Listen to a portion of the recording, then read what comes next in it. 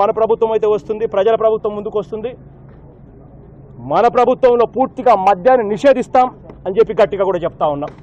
ఎలక్షన్లకు 2024లో నేను ఓట్లు అడిగే సమయానికి మాత్రం ఖచ్చితంగా మద్యాన్ని 5 స్టార్ హోటల్స్ మాత్రమే పరిమితం చేసిన తర్వాతనే ఓట్లు అడుగుతా.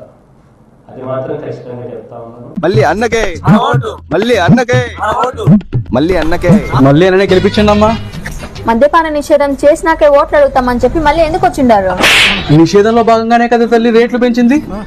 అట్నా మీ దృష్టిలో నిషేధం అంటే ఉన్న మందును తీసేసి అన్న మందు తీసుకొచ్చి రేట్లు ఎక్కువ పెట్టి అమ్ముకోవడమా? ముందు నా మొగుడు సంపాదించిన దాంట్లో ఎంతో కొంత తాగా ఎంతో ఇస్తా ఉన్నాడు. ఇప్పుడు ₹1 దానికి తోడు ఈ మాయదారి మందు వల్ల నెలకు తూరి మంచాన పడతా ఉన్నాడు. ఇంకొకసారి ఆశీర్వదించండి తల్లి, ఈసారి పూర్తిగా మద్యం అనేది లేకుండా చేస్తాడు. మీ జోబు నింపుకోవడం కోసం మా పొట్ట కొట్టినారు, మా పుస్తలు పెట్టుబడిగా పెట్టినారు. మళ్ళీ ఏ మొహం పెట్టుకొని